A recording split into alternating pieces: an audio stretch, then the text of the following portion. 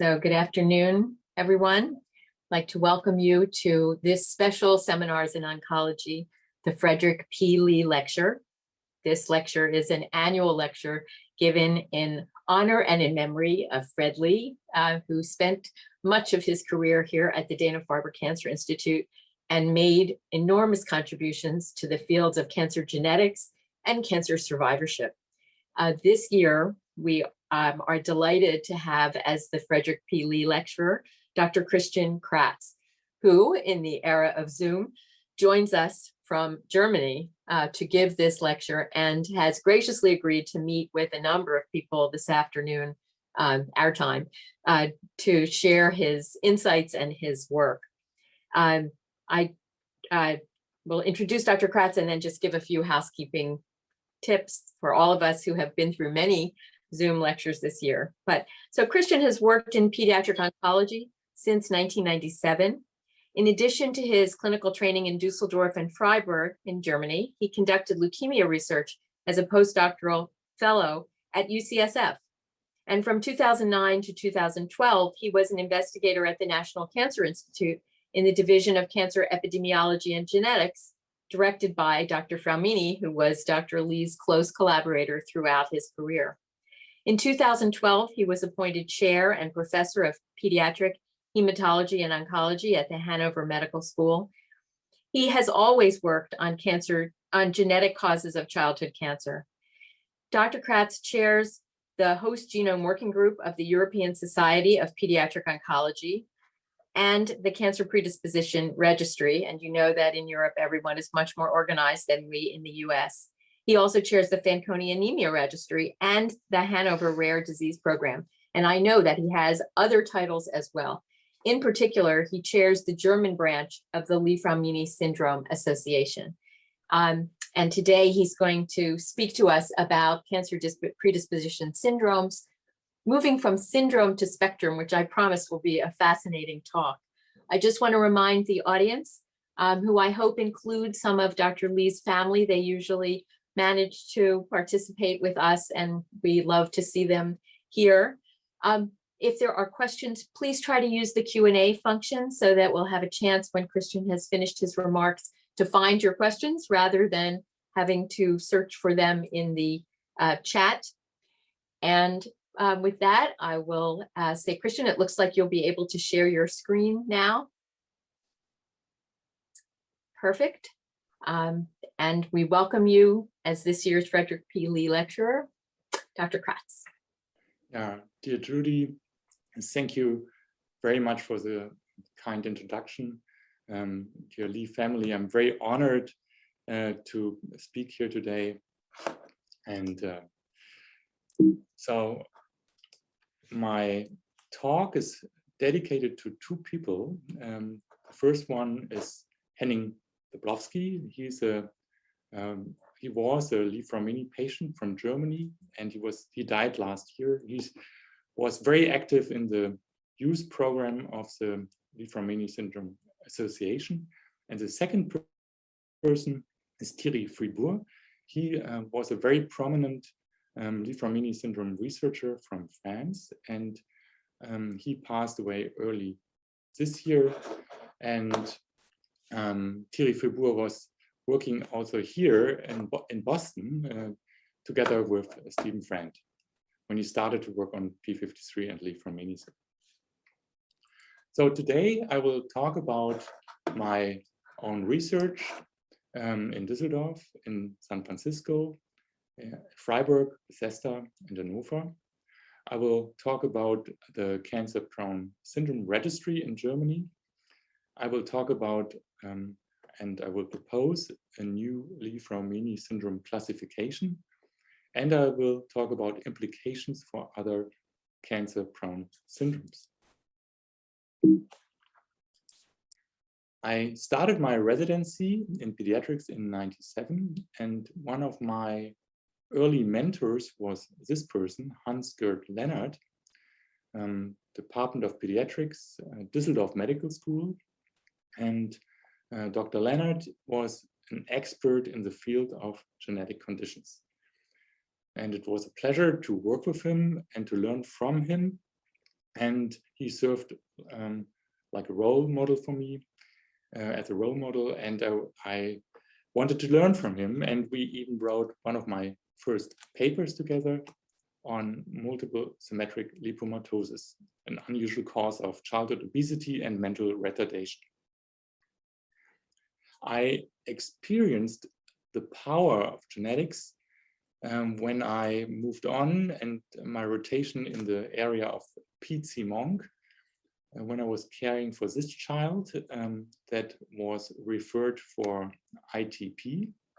However, I noted that the child had pale skin, and the child had some ocular changes. And I searched the internet and figured out that this could be a person or a child with Hermansky-Pudlak syndrome. So also using the internet, I found a group in America that was studying natural occurring murine models of Hermansky-Pudlak syndrome. I contacted them and sent them a DNA specimen from my patient. And that turned out to be a good move, because my patient was the first patient to carry pathogenic variant in the human homologue of the RuBi2 gene, and therefore the gene was renamed and is now called HPS5. And the colleagues from America even offered me co-authorship on their landmark paper on this condition. I really wanted to conduct research, so I applied for a postdoc position at UCSF, Parnassus campus. I remember my interview on the 12th floor of the HSE building in San Francisco, and I didn't get the job. Very famous laboratory. So I still had a few days in San Francisco, and during those days before flying back, a little disappointed, I had the opportunity to meet this gentleman, Professor Art Eplin. Professor Art Eplin was a former fellow of Guido Fanconi in Switzerland. And Professor Eplin was also Professor Emeritus and former chief of the division of PC Monk. And when I told him that I was in San Francisco to apply for a postdoc position and I didn't get the position, he said, wait a minute, Christian, you need to meet Kevin Shannon.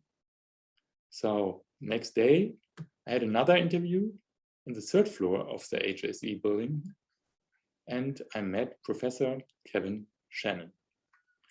Professor Shannon is a famous scientist and pediatric oncologist. He studies NF1, he studies the RAS pathway, he studies juvenile myelomonocytic leukemia, monosomy 7, and we had a good conversation, and after a while he offered me to help him to search for a tumor suppressor gene on chromosome 7.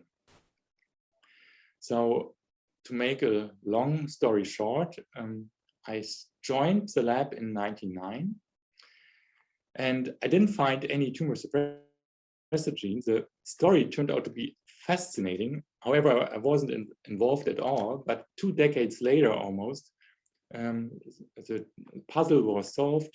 79 germline mutations, 79L germline mutations, a very fascinating story, not the topic today.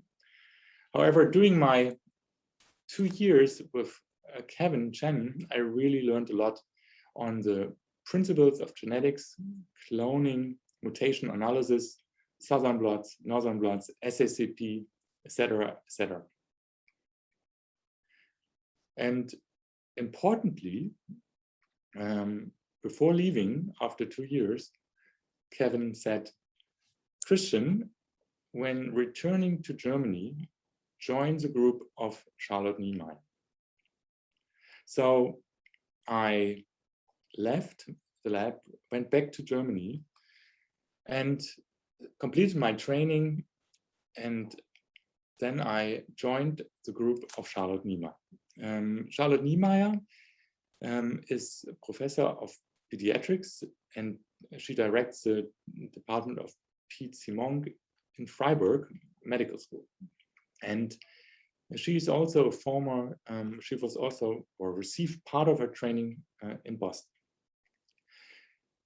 She studies juvenile myelomonocytic leukemia and childhood MDS. And for someone interested in cancer predisposition syndromes, this is a place to be in Germany. And this was a fascinating time. There was a lot going on in the area of Noonan syndrome and a lot in the area of juvenile myelomonocytic leukemia.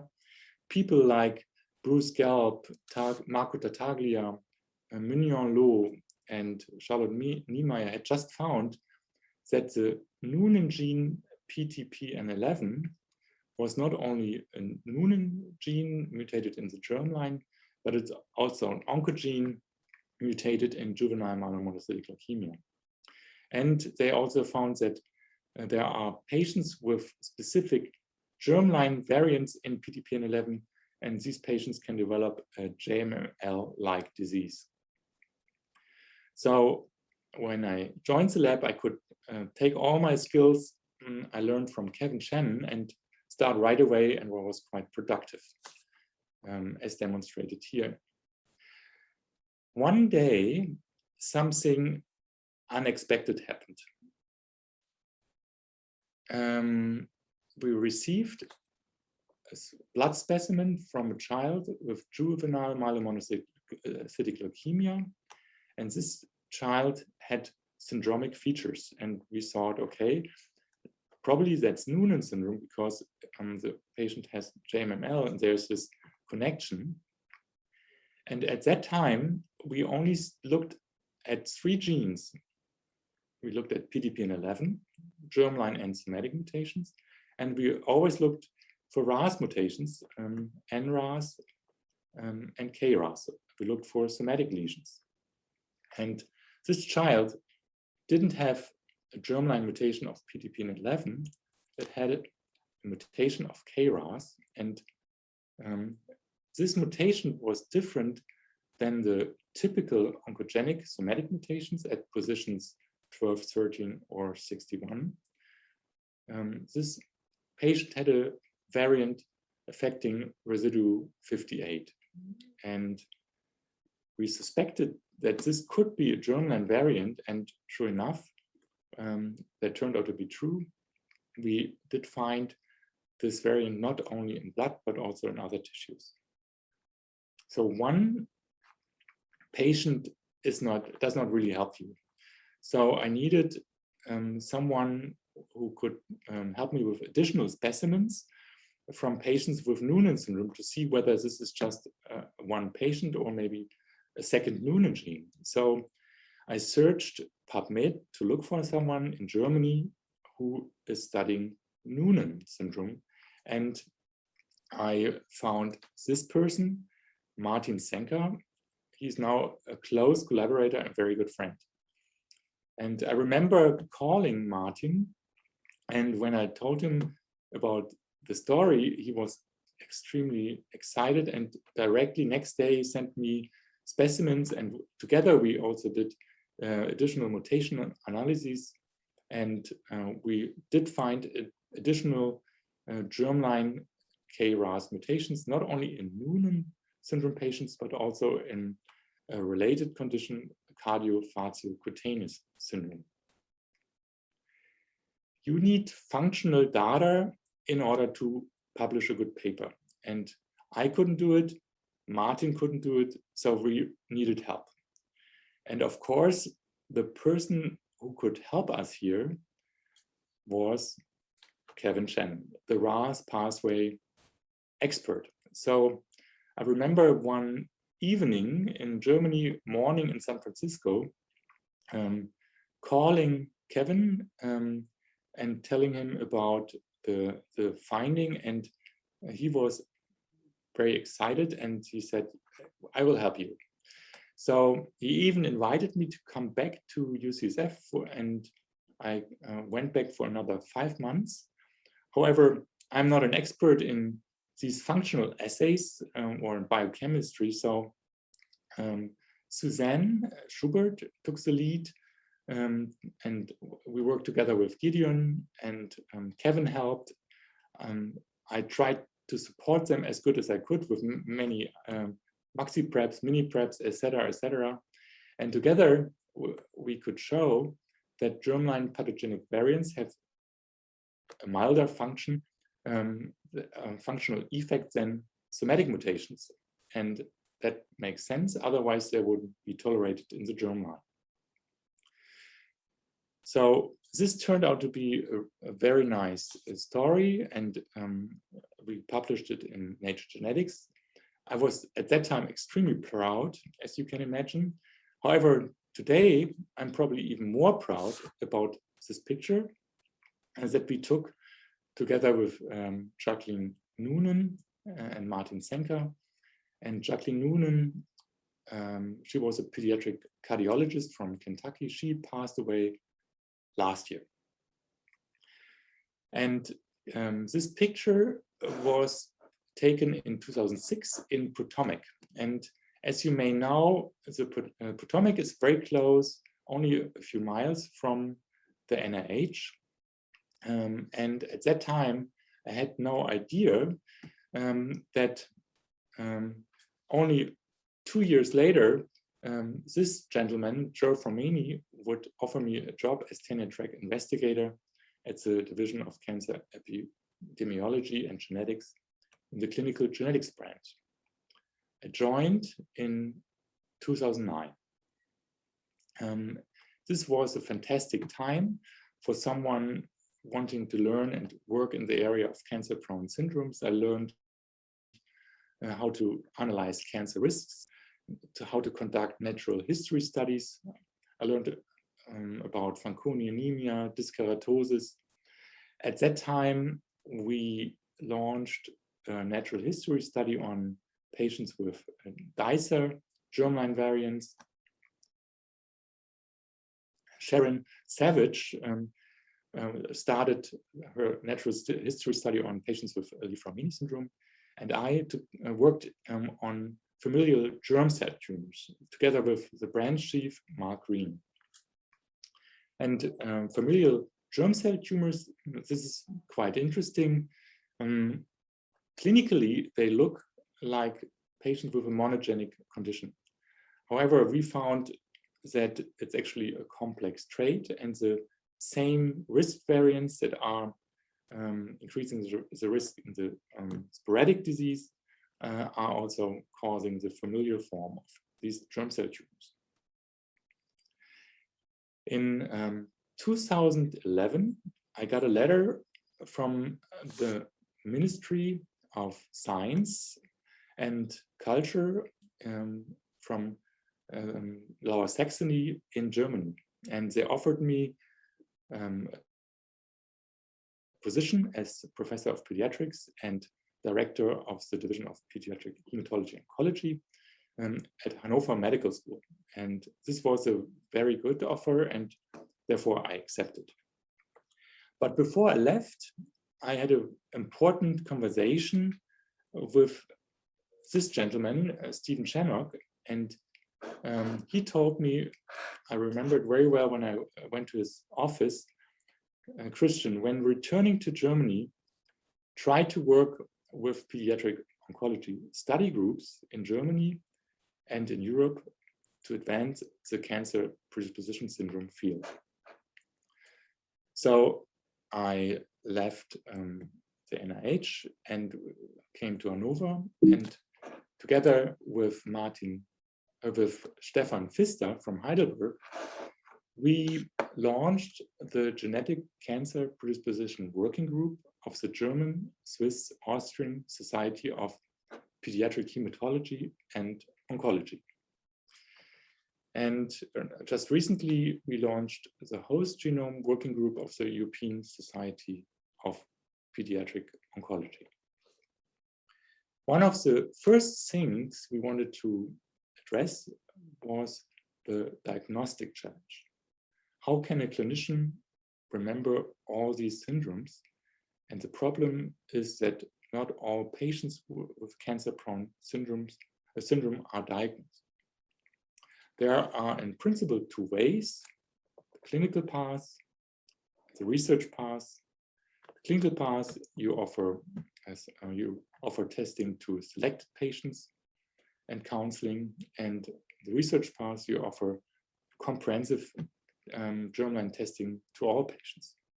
In the beginning, we wanted to launch a project offering comprehensive testing in a national project. However, that turned out to be very difficult to get the funding. And now in Germany, things are improving. Single institutions are sequencing all patients comprehensively, and the specific study groups are doing that too. The brain tumor group started, and they were quite successful, as shown in these papers, or by these papers. And now other cancer-specific study groups, like the sarcoma study group, are following. So initially, we focused on the clinical path, and this is very effective also. We have updated and further developed a tool called the Young-Mans criteria. It's a very simple one-page questionnaire that is now used in many centers in Germany. And based on the family history, based on cancer type, based on the somatic signature in the cancer, and based on the clinical feature of the patient, it is decided on whether genetic counseling and testing is offered to the family. And this tool in our hands is very effective. Miriam Schwärmer from our group looked at this formally, and she found that since using this one-page questionnaire, we have at our center doubled the number of cancer-prone syndrome diagnoses when comparing the diagnoses prior to the use of this tool. The section 2, the cancer types strongly associated with cancer-prone syndromes, is one very important section of this questionnaire. And another student looked at this. She looked at a 10-year period in Germany, 21,000 patients, and here 2,554, or 12.1%, fell into that category. And the most common diagnoses were myelodysplastic syndrome, JMML, retinoblastoma, myofibromatosis, nerve sheath tumors, sonic hedgehog medullo, and rhabdoid tumors. When you study cancer-prone syndrome, recurrent questions arise. What are the risks? What are the modifiers of the risk? How can you prevent cancer? How can you detect it early? And how can you treat patients who develop cancer and who have cancer-prone syndrome? And in order to study this in a more efficient manner, Stefan Pfister and I have launched the Cancer-Prone Syndrome Registry in Germany. Here you see a link to our website, a lot of information for the families, including all the support group information, a lot of information for the physicians with all the guidelines. The design is very simple. We collect data on the syndromes, pedigrees, mutations. We collect data on the cancer types, and we collect data on surveillance. We also have an image data bank where we collect MRI images, whole body MRI, for example. We have a biobank, and every year we get follow-up information. We do get the information through the clinicians. However, we also have opened it up that we can get the information from affected individuals, and this is actually more effective because they are highly motivated, and if they give us the original reports, the quality of the information is also high. We have the option of sharing our information or putting it into public databases like Linva. And we have the option of sharing it nationally and internationally. Currently, for example, we enter our Leaf-Ramini information into the lift-up study. And we use a biobank for research like the liquid biopsy project. One very important institution for us is the German Childhood Cancer Registry that is active since 1980. And this is so important because it allows us to study the cancer risks in patients with cancer-prone syndrome. And we did a first study on patients with resolopathies. And here, despite the fact that these are rare conditions, we were able to assemble a cohort of 735 patients. And we were able to get this high number because every lab in Germany that offers germline testing for resolopathies participated. And here's the information, or the data, here's the data. Interestingly, for the patients with classic Noonan syndrome, we found an 8-fold risk of developing childhood cancer. And if you think about it, the variants in PDPN11, NRA, SOS, RAF, they represent rare, moderate cancer risk variants. And typically, it is very difficult to uncover rare, moderate cancer risk variants. However, here, these variants have another phenotype associated with them, the Noonan phenotype, and this allowed us to uncover this association. In the resolopathy subgroup, there's another group of patients with HRAS mutations, the Costello patients. They have a much higher cancer risk. It's 40-fold increased. The next study we conducted in patients with Beckwith-Wiedemann syndrome. Also extremely rare, and we were able to assemble 321 patients.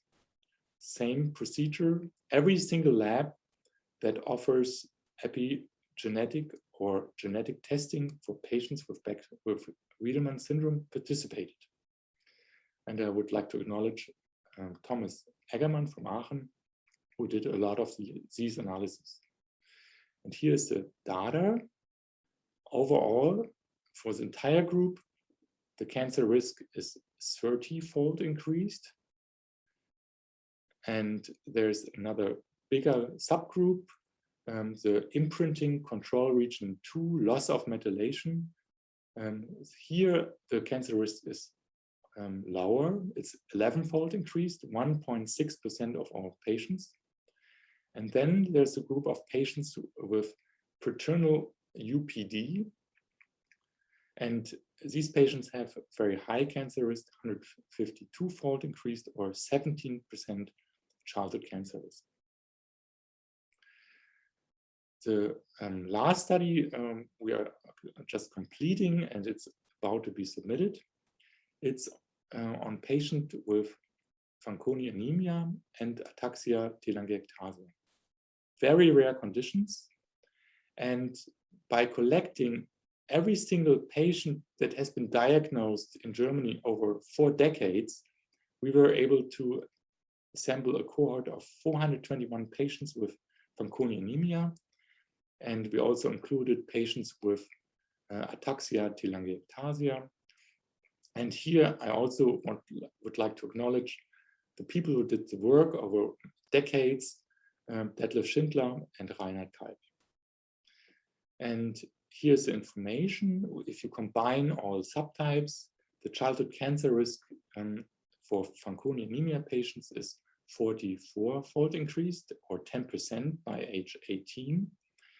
The highest risk was observed for patients with BRCA2 B allelic mutations, 320-fold increased, and also for patients with PALB2 mutation, we have a very high cancer risk of 400-fold increase. And here you see the data for the ATM patients with biallelic mutations. They have a 60-fold increased cancer risk. One very nice additional feature of our registry is the ability to share information with the respective clinical trial groups, because we don't want to collect information that is already collected by them, like treatment information or toxicity information. However, because we're able to link the information, we can still analyze it. As demonstrated by this paper conducted by Greta Winter from our group, she looked at treatment response and toxicity profiles in children with Li-Fraumeni syndrome who developed acute lymphoblastic leukemia. If you are a researcher in the area of cancer predisposition syndromes, you can't study all syndromes. You have to focus because the field is so big. And to me, the abnormal DNA damage response and repair pathway disorders are most relevant. They include dyskeratosis congenita, Li-Fraumeni syndrome, ataxia telangiectasia, Fanconi anemia, Nijmegen breakage, Bloom syndrome, Werner syndrome, Rothbard-Thompson syndrome, ligase 4 syndrome, constitutional mismatch repair deficiency, and xeroderma pigmentosa.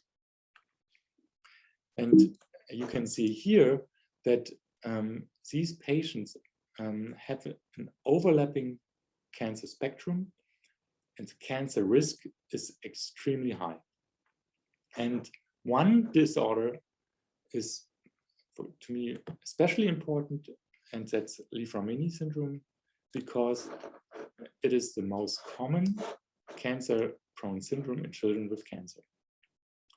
And for that reason, I was so pleased when I was invited to participate in the AACR Cancer Predisposition Workshop that took place in Boston in 2016.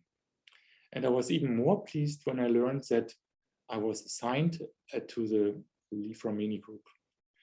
And writing this paper here was relatively easy because it's based on the Toronto Protocol, and the Toronto Protocol was developed by many people, including Judy Garber, including Anita Villani, and David Malkin. I have to be honest, whenever someone asks me, what is Li-Fraumeni syndrome? I don't know the definition by heart. I always have to go back and look it up. And I believe that 50 years or 5 decades after first description of the condition, it's time for a new definition. And we were able to assemble a group of experts, Li-Fraumeni syndrome experts from the US, from Canada, from the UK and France and Brazil, and to work on a new definition. And this definition is called the Li-Fraumeni spectrum that I'm going to present. And if a person is tested for a germline variant in TP53, the variant can be absent or it can be present. If it's absent, the patient can still meet the clinical Li-Fraumeni syndrome criteria. If it's present, the patient can also meet the clinical LFS criteria, or it could be a cancer patient who does not meet the clinical LFS criteria. Or it could be a person who was tested for another reason, and just because TP53 was on the panel, it was identified. And this would be an incidental finding, basically, no cancer in the family. On the left side, the variant is absent, the clinical criteria are positive. We would call this phenotypic Li-Fraumeni syndrome. And in order to meet the criteria of phenotypic Li-Fraumeni syndrome, other causes need to be ruled out, and the classic Li-Fraumeni syndrome criteria need to be fulfilled, or the category A Chompré criteria. If someone has a variant, but it is an incidental finding, there's no cancer, we call it incidental Li-Fraumeni syndrome. If the variant is present and the patient has cancer but does not meet the clinical Li-Fraumeni syndrome criteria, we call it attenuated Li-Fraumeni syndrome. And if the variant is present and the clinical Li-Fraumeni syndrome criteria are met, we call it Li-Fraumeni syndrome. And here, the criteria are slightly different. They include classic Li-Fraumeni syndrome. They would include category A, Chompré criteria, and category B, Chompré criteria, including adrenocortical carcinoma, choroid plexus carcinoma, rhabdoanaplastic, early breast cancer, and we added, based on the literature, osteosarcoma, childhood acute lymphoblastic leukemia with low hypodiplopy karyotype, and childhood medulloblastoma, Sonic hedgehog type. And we added any cancer before age 18. And of course, anyone who carries a German variant in TP53 could have theory unaffected family members that also carry the variant.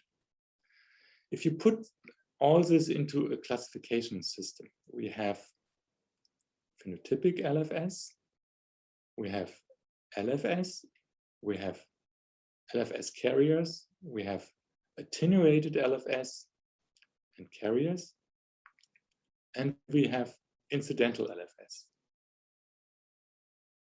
And together, this is the Li-Fraumeni spectrum. And Thierry Fribourg, in one of his last paper, together with the European reference network Genturis, coined the term heritable TP53 related cancer syndromes. And we included this term in the classification to describe those entities that are characterized by a germline variant of TP53. Notably, clonal hematopoiesis is not part of the spectrum. It is extremely difficult, based on the genotype, to predict whether someone develops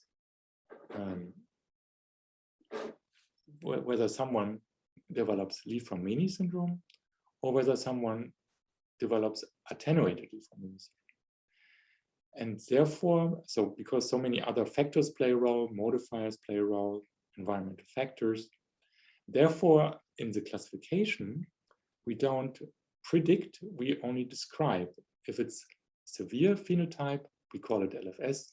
If it's a moderate phenotype, we call it attenuated LFS. And I'm convinced that, and I will show you a little later also an example, and I'm convinced that this separation will help us to study the biologic causes that lead to these differences. As a pediatric oncologist, this reminds me of the stratification, risk stratification in children with acute lymphoblastic leukemia. We have a child with a diagnosis, we have clinical parameters like blood count, and we have genetic data, and we have to determine, is this a patient with standard risk or a patient with poor risk? And the best marker to make this distinction is MRD. So if someone responds well and has a low MRD at standard risk, if someone doesn't respond well to therapy and has a high minimal residual disease, it's poor risk. This is a hypothetical TP53 variant spectrum in patients meeting versus not meeting Li-Fraumeni syndrome clinical criteria. And you can easily imagine that someone with a severe mutation is likely to develop a severe phenotype, and someone with a weak mutation is likely to develop a weaker phenotype. However, there may be also exceptions. Someone with a severe mutation may develop a weak phenotype, and the other way around. And this is becoming a little circular, because Klingen and ACMG, they use the clinical criteria in order to determine whether a variant is created as pathogenic or likely pathogenic as one of the criteria. And therefore, it's likely that the patients or these likely pathogenic variants are enriched in patients meeting the clinical criteria, and variants of unknown significance are likely to be enriched in patients not meeting the criteria. And this is exactly what we found. So Claire Fraken and Pierre Henault analyzed the EAC database, looking at 3,034 persons from 1,282 families. And here's what they found. They found that the likely pathogenic variants are enriched in patients meeting the testing criteria, and the more benign mutations are enriched in patients not meeting the criteria. And you also see variants that are labeled with the amino acid substitutions. And these are the variants that are observed on both sides, meeting the criteria or not meeting. And there's a very interesting group of variants, and those are the underlined ones. And the underlined ones are those that are only found in patients meeting the testing criteria, and on the right side, only those that are not meeting the testing criteria. And Pierre is currently doing additional functional studies in order to determine the differences further. You can also look at the tumor patterns in patients meeting versus not meeting Li-Fraumeni syndrome clinical criteria. And this is becoming a little circular also, because the clinical criteria are also in part defined by the tumor patterns.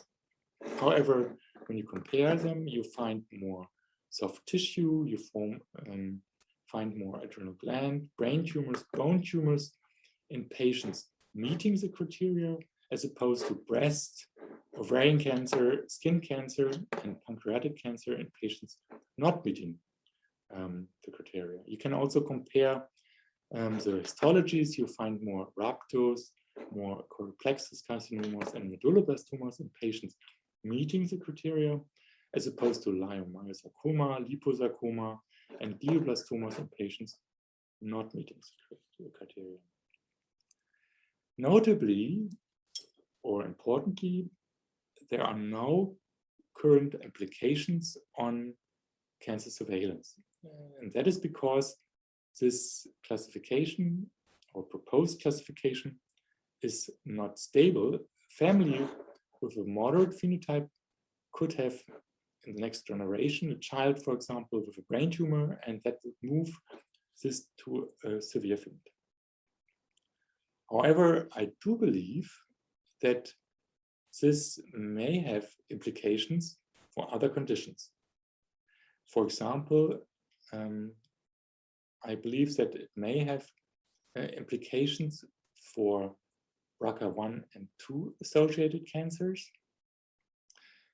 We do know that BRCA1 and 2 is not only associated with hereditary breast and ovarian cancer. And here in this context, these are high-risk cancer variants. We also know that BRCA mutations are also associated with other cancer types, and here the penetrance is much lower. Examples include medulloblastoma, where there is an association with BRCA2. Another example is non-Hodgkin lymphoma, also an association with BRCA2. And I do believe that it would be a benefit also to define syndrome a spectrum that could be called the BRCA1, BRCA2 spectrum, and that could include Fanconi anemia, that could include BRCA1/2 associated HBOC, and BRCA1/2 associated cancers, and incidental BRCA1/2 variant cancers. And when you move from the left to the right side, penetrance decreases. And I believe that it is important to define the spectrum because you can only study things that have a name, and therefore I believe it's important. Likewise, this could also have implications for mismatch repair gene associated cancers. We know mismatch repair gene variants are high-risk variants in the context of Lynch. However, these variants are also associated with other cancer types, and here there are usually moderate or low-risk variants. And examples include sarcomas, and other examples include brain tumors. And I do believe that it would be benefit also to define a spectrum that could be called mismatch repair spectrum. And this could include constitutional mismatch repair deficiency with the B allelic form, very, very high cancer risk. It could include Lynch, and mismatch repair associated cancers, and incidental mismatch repair gene variant carrier. When you move from the left side to the right side, the penetrance decreases. Notably, pathogenic germline variants in DNA repair genes like BRCA2 are also associated with the risk of subsequent neoplasms among long-term survivors of childhood cancer. And therefore, I'm excited that we have received funding to study this also, this association also in Germany.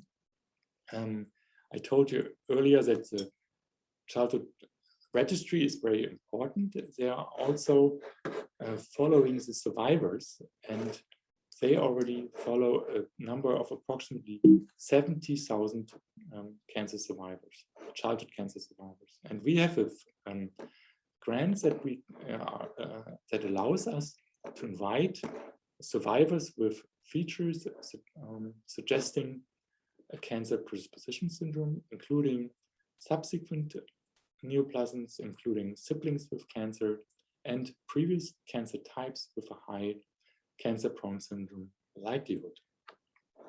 We will invite these individuals with a letter, and they have the option of face-to-face counseling or phone counseling, and then we do exomes on our patients. Data is analyzed and goes back to the patient, and importantly also to all the trial groups. With this, I would like to summarize my talk. Teamwork, very good mentorship, fantastic collaborations, luck, and endurance have helped me to work in the cancer predisposition field. The Li-Fraumeni spectrum definition may help to study the biology leading to phenotypic differences. And I believe that the lift-up study here in Boston will be very important to work in this area. And this may facilitate the development of risk-based cancer surveillance strategies in the future. And similar definitions may be useful for other conditions like the BRCA spectrum or the mismatch repair spectrum. I would like to acknowledge the families, and this picture was taken during the first Li-Fraumeni Syndrome Association Germany family event 3 years ago. And you may note Holly Fraumeni on the left side. On the right side, you may know Jen Perry from the Li-Fraumeni Syndrome Association. And in the middle, you see Henning Zablowski. I would like to acknowledge the funders of the Federal Ministry of Education and Research and the German Childhood Cancer Foundation, and amazing collaborators, teams, and mentors that helped with all that work.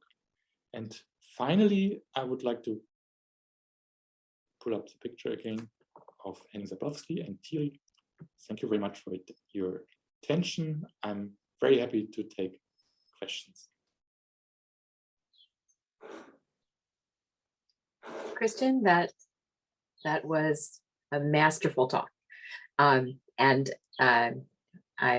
really a very interesting journey that you've had in childhood in cancer predisposition, and a reminder that sometimes when you least expect it, people who were in your life before come back in an important way, like your Kevin Shannon story. And thank you for acknowledging both Henning and Thierry Freeberg. That was a very sad loss this year.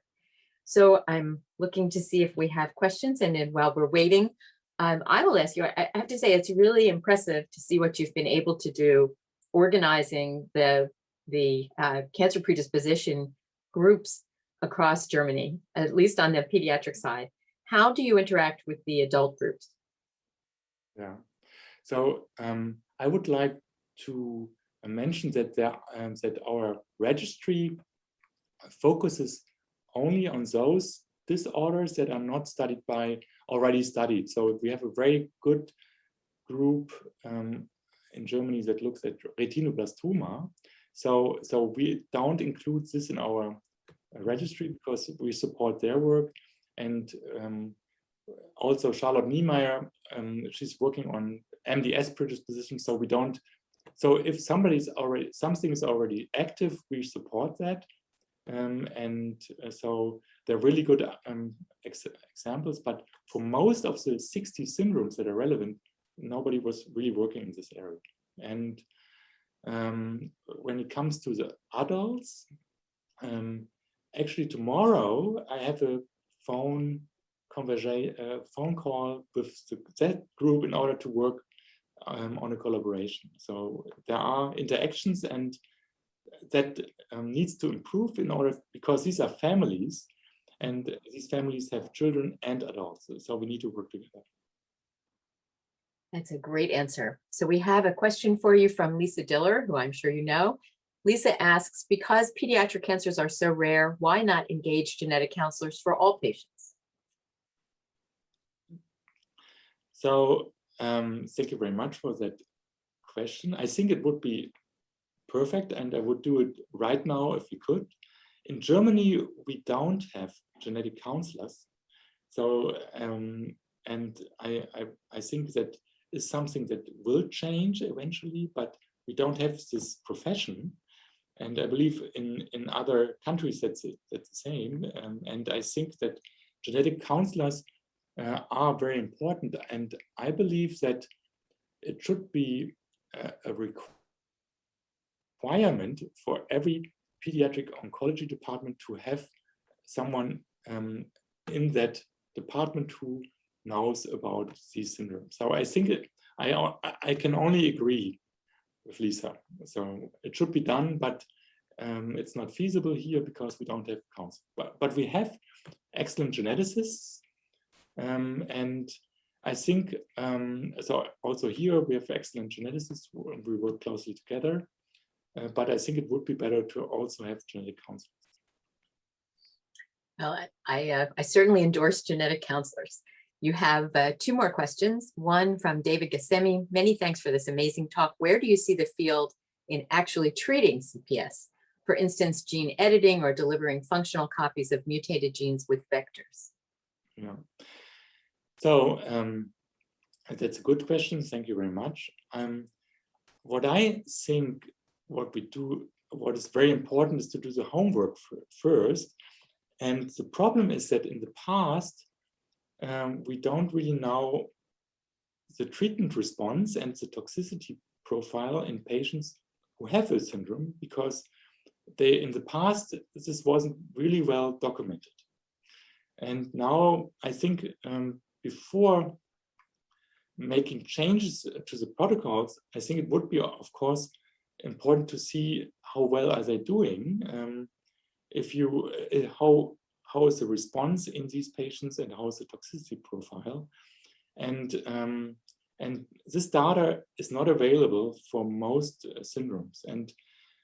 And of course, there are situations where it doesn't make sense to really try this in the future, because it doesn't make sense to give someone who has a very severe DNA repair condition like genotoxic therapy. And I believe that it's important to give them immuno-based therapies or other less genotoxic therapies. However, it's difficult because the cure rate in pediatric oncology is so high. We can cure, with regular protocols, we can cure 80% or 90%, so for some diseases even more, of patients. And so you don't want to be too careful in order to jeopardize the survival. So, and I believe that it's important to work together with the trial groups and to make sure they know that they have the syndrome information, and it needs to be studied. And in my view, for the very common syndromes, we need treatment protocols. There's one example, Down syndrome, because it's so easy to diagnose. There are special AML treatment protocols for Down syndrome patients. And I think we need a similar approach for example, Lee-Fraumeni syndrome. And then we can really learn by data and and we also collect specimens from these patients in order to put them into mouse models and PDX models in order to try to find new treatments experimentally. We do that together with a group in Heidelberg, but it's a long way. There's a lot of work to be done in that area. Christian, we're almost finished. I'm going to let you know that David Malkin has tuned in the magic of Zoom to hear your talk. So I'm sure there are others who learned of it through the LFSA. And he wants to know about your thoughts about how to increase international uptake of the LFS spectrum. You know, I don't want to cut you off, and we only have a minute. So I know you and David are debating this, and I hope that perhaps the publication of your paper will provoke a lot more discussion at that time. I want to thank you for giving a really interesting talk today. I am so pleased that you accepted our invitation to be this year's Frederick P. Lee Lecturer. And I thank you also for your willingness to spend time with members of our group and the community during your virtual visit with us. And I hope we can have you in person in the future. Thanks to everyone for participating today. There is a 4 p.m. seminar as well. And Christian will send you our acknowledgement and our appreciation for your visit. And I personally will get to talk to you later. So thanks, everyone. And I think you have to change your Zoom now.